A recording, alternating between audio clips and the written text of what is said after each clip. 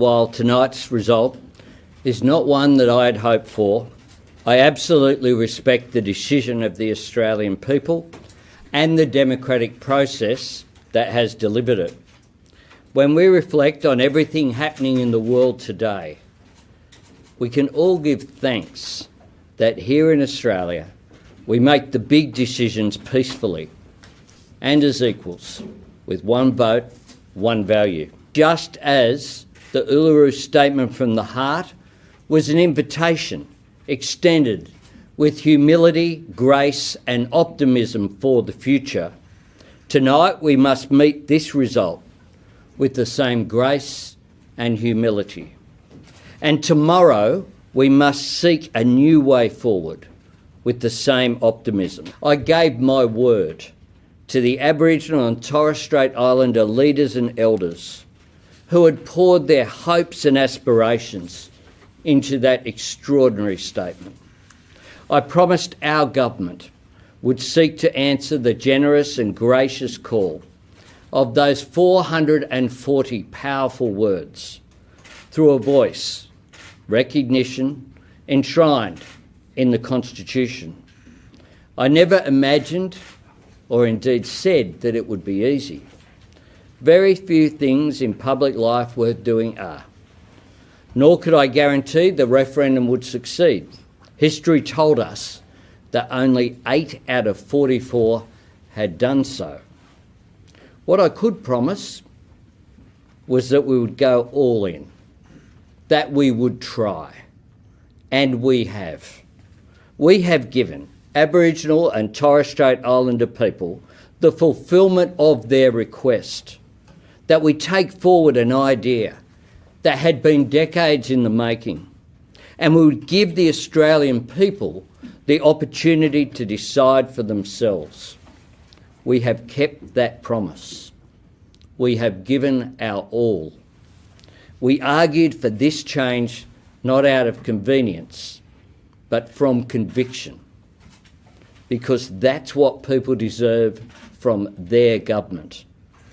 And of course, when you do the hard things, when you aim high, sometimes you fall short.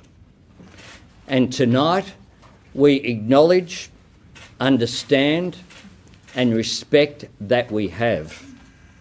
As Prime Minister, I will always accept responsibility for the decisions I've taken, and I do so tonight. But I do want Australians to know that I will always be ambitious for our country, ambitious for us to be the very best version of ourselves.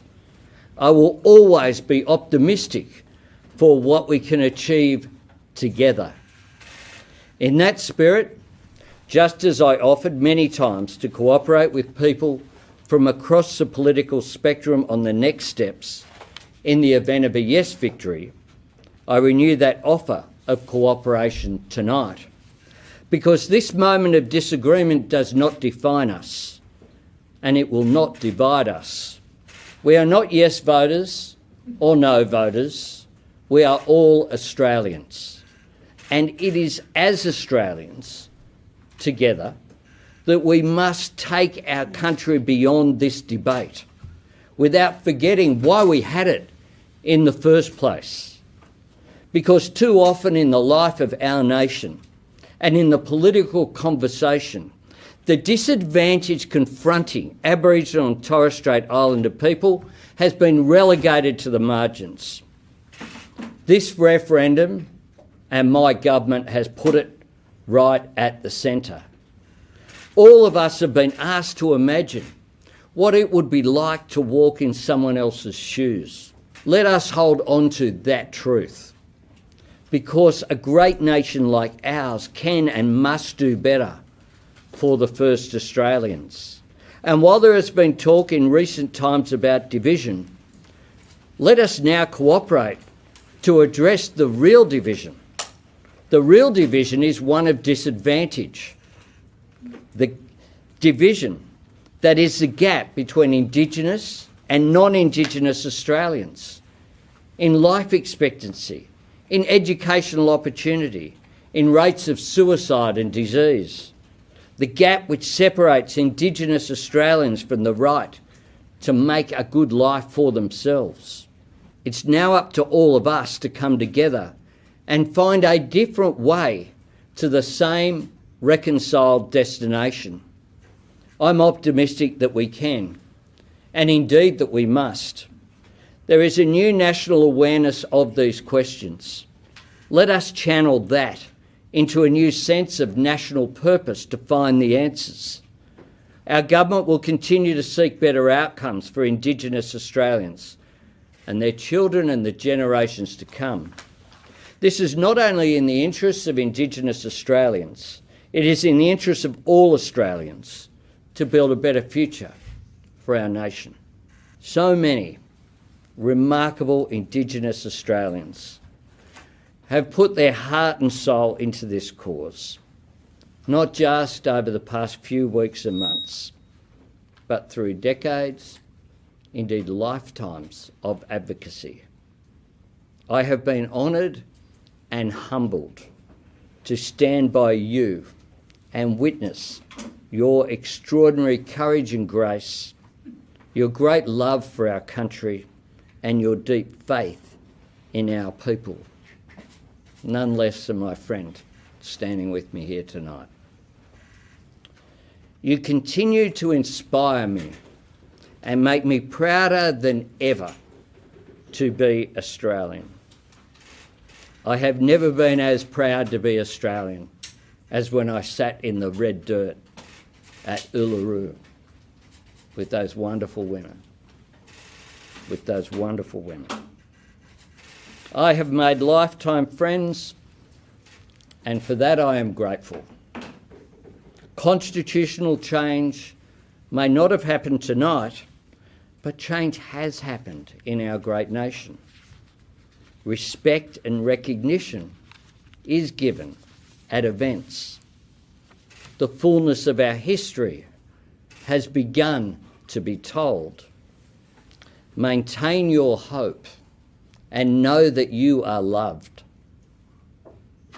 My fellow Australians, our nation's road to reconciliation has often been hard going. The climb steep, the ground uncertain, the headwinds powerful, the way forward difficult to navigate. But through the decades, there have been hard moments of hard-won progress as well. That's why I say tonight is not the end of the road, and it is certainly not the end of our efforts to bring people together. The issues we sought to address have not gone away, and neither have the people of goodwill and good heart who want to address them.